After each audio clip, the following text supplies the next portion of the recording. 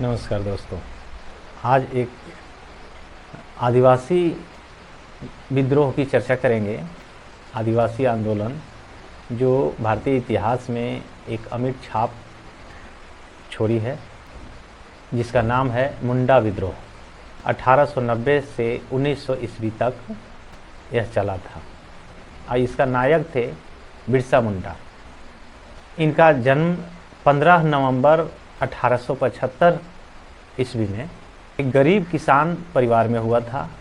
गांव का नाम था उलीहात, जो रांची में पड़ता है, अब झारखंड में हो गया है। इनके पिता सुगना पुर्ती सरनेम है मुंडा जनजातियों का, और माँ के नाम कर्मा मुंडा। सालगा गांव में प्रारंभिक शिक्षा पाने के बाद वे चाईबासा के एक चर्च मिशनरी स्कूल में पढ़ने चले गए थे। आदिवासी स्वतंत्रता सेनानी और मुंडा जनजाति के लोक नायक थे। भारत के आदिवासी उन्हें भगवान मानते हैं। उन्हें धरती आबा या धरती का भगवान कहे जाते हैं। 19वीं सदी के अंत में अंग्रेज़ों ने कुटिल रणनीति अपनाकर आदिवासियों को उनके जल जंगल ज़मीन से बेदखली और प्राकृतिक संसाधनों से बेदखल करने लगे। हालांकि कई छोटे छोटे इसके पूर्व आदिवासी विद्रोह हुए थे, लेकिन संख्या बल और हथियारों की कमी के कारण यह विद्रोह दबा दिए जाते थे। इन सब को देखकर बिरसा मुंडा काफ़ी विचलित हुए। आदिवासी समुदाय को शोषण करने में अंग्रेज़ों के साथ साथ स्थानीय जमींदार, ठेकेदार और सेठ साहूकार भी शामिल थे। और अंततः 1895 में जमींदारी प्रथा और राजस्व व्यवस्था के खिलाफ आंदोलन की शुरुआत हो गई।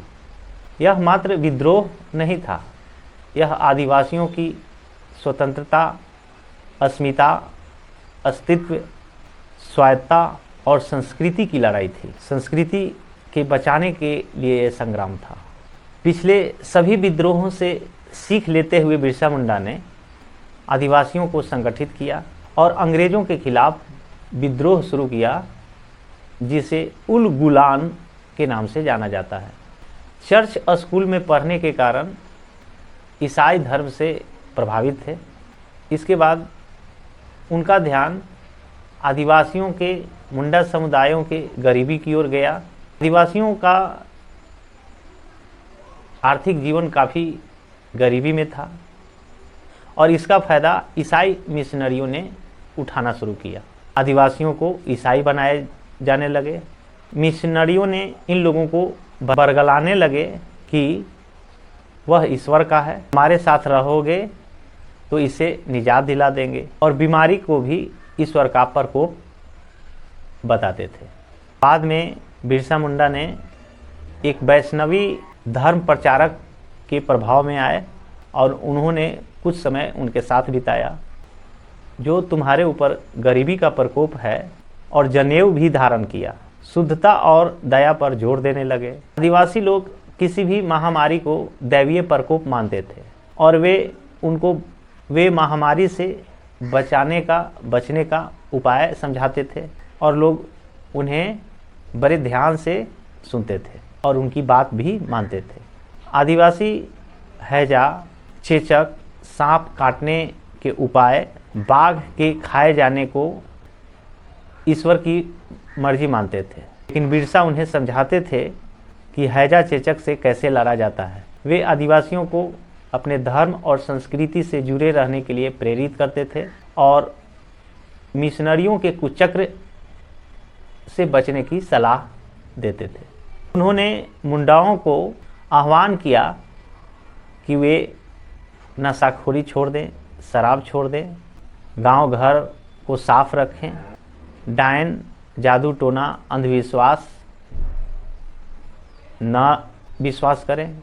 धीरे धीरे बिरसा के बातों से लोग प्रभावित होने लगे और उन पर विश्वास करने लगे और वह आदिवासियों के भगवान हो गए।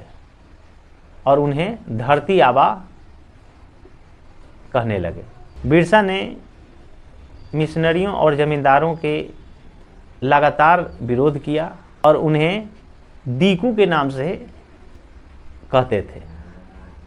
दीकू का मतलब बाहरी लोग, जो उनके संस्कृति को, उनके जीवन शैली को नष्ट कर रहा है। अंग्रेजों को बिरसा आंदोलन के राजनीतिक भविष्य से चिंता थी। यह आंदोलन मिशनरियों, भूस्वामियों, जमींदारों और सरकार, जो दीकू कहलाते थे, इनको बाहर करके बिरसा राज स्थापित करना चाहते थे। जब आंदोलन फैलने लगा तो अंग्रेजों ने दमन करना शुरू कर दिया, सख्त कार्रवाई करना शुरू कर दिया और 1995 में बिरसा को अरेस्ट कर लिया गया, गिरफ्तार कर लिया गया और दंगे फसाद के आरोप में उन्हें रांची जेल भेज दिया गया। 2 साल की सजा हुई। जेल से बाहर निकलने के बाद बिरसा लोगों को एकजुट करके समर्थन जुटाते रहे, गांव-गांव घूमने लगे और परंपरागत भाषा और प्रतीकों का एकजुट करने के लिए इस्तेमाल करने लगे। और वे आह्वान किया कि दीकू को बाहर किए बिना आदिवासी साम्राज्य स्थापित नहीं होगा।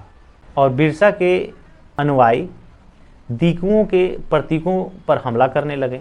उन्होंने थाने और चर्चों पर हमला शुरू किए, महाजनों और जमींदारों के संपत्तियों पर हमला शुरू किया। सफ़ेद झंडा बिरसा राज का प्रतीक बन गया। अंग्रेजों ने षड्यंत्र कर उनके किसी साथी को 500 रुपया देकर, लालच का प्रलोभन देकर गुप्त ठिकाने के बारे में जानकारी हासिल करके पुनः दोबारा 2 फरवरी 1900 ईस्वी को गिरफ्तार कर लिया। रांची जेल में ही 9 जून 1900 ईस्वी को उनकी मृत्यु हो गई। कहा जाता है कि उनकी मृत्यु हैजे से हुई है, लेकिन कुछ इतिहासकारों का मानना है कि उनको दातुन और पानी में जहर मिला दिया गया था और उल्टियाँ होने लगी, उनका मृत्यु हो गई। क्योंकि अंग्रेज को यह जानकारी थी कि उन पर लगाई गई धाराएं इनको समाप्त नहीं करेगा और पुनः यह जेल से बाहर आएगा और अंग्रेज़ों के लिए सिरदर्द होगा और विद्रोह को बृहद रूप दे सकते हैं। उनके मृत्यु के बाद विद्रोह ठंडा पड़ गया। यह आंदोलन 2 मायनों में महत्वपूर्ण है। निवेशिक सरकार को वैसे कानून लागू करने के लिए बाध्य होना पड़ा जिनके जरिए दीकू लोग इनके ज़मीन को आसानी पूर्वक कब्जा न कर सके, हथिया न सके।